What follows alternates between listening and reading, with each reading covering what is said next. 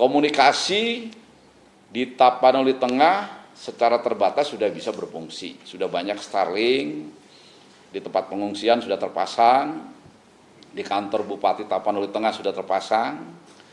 Kalau rekan-rekan media datang ke sana, di kantor Bupati Tapanuli Tengah seakan berkumpul masyarakat di situ. Jadi tempat untuk mengobrol dan mendapatkan sinyal internet maupun sinyal HP. Kemudian kalau kita berjalan kira-kira beberapa kilometer menuju ke Sibolga, sebelum sampai Sibolga itu sinyalnya sudah ada lagi. Nah ini makanya mungkin semakin baik ya. Kemudian BBM masih tersedia walaupun antri ya, kemudian listrik ini tadi kami langsung berkomunikasi dengan Dirut PLN ya. Jadi memang banyak tower gardu-gardu besar itu yang ambruk. Nah, sehingga langkahnya untuk Tapanuli Tengah dan Sibolga itu nanti menggunakan frekuensi rendah. Ya.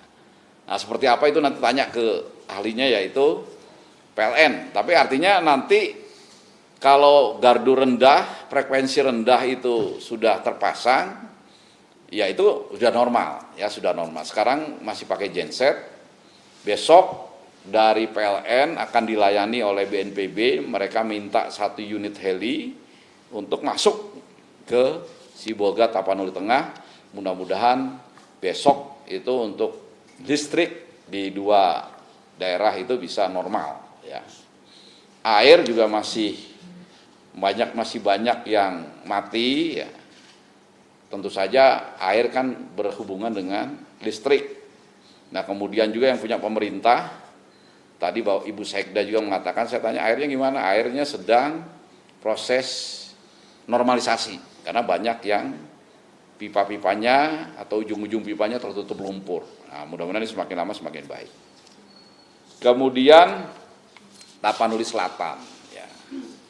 Jadi kalau di Sumatera Utara ya per hari ini, saya bisa menyampaikan bahwa yang masih belum bagus adalah Sibolga, Tapanuli Tengah, dan Tapanuli Selatan.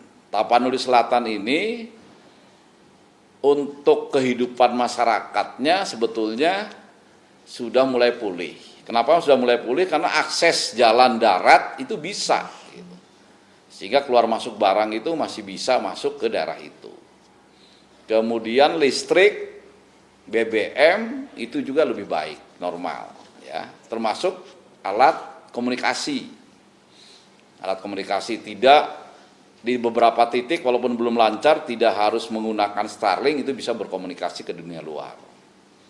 Tetapi dari segi bencananya, dampak bencananya itu ada 2 desa yang cukup parah, ya, cukup parah. Kalau yang Sibolga dengan Tapanuli Tengah sebetulnya kena bencananya itu nggak parah tapi tidak misalnya lumpuh gitu ya. Sekarang setelah 2 hari, 3 hari tidak hujan, gitu rumah-rumah itu sudah membersihkan lumpur-lumpur itu. Jadi rusak sedang banyak, rusak ringannya nggak ada, tapi rusak beratnya itu lebih banyak di Tapanuli Selatan. Ada 2 desa yang mungkin kalau pernah muncul ya di video itu ada kayu-kayu gelondongan besar segala macam itu ya ternyata itu di Tapanuli Selatan. Ya. Itu makanya kayu-kayu besar sampai masuk rumah dan segala macam itu. Itu parah ya. Tapi untuk kehidupan masyarakat di luar 2 desa ini sudah relatif pulih.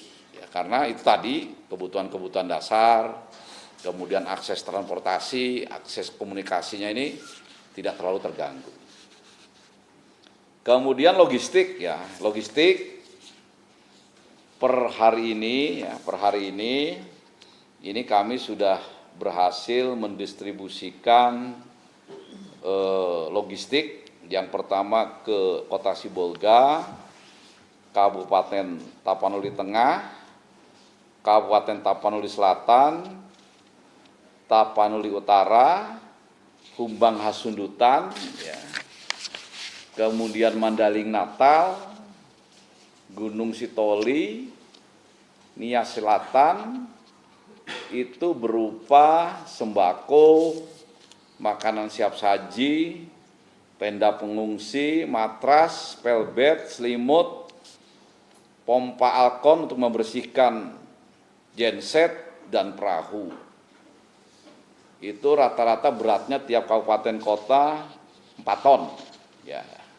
Kemudian ditambah juga di kabupaten kota ini penebalan, ya, ada Starlink, ada light tower, ya, ini untuk penerangan, tenda pengungsi, tenda keluarga, peralatan dapur, censo. Tadi kayak di Tapanuli Selatan tuh langsung Pak Bupatinya minta censo, ya.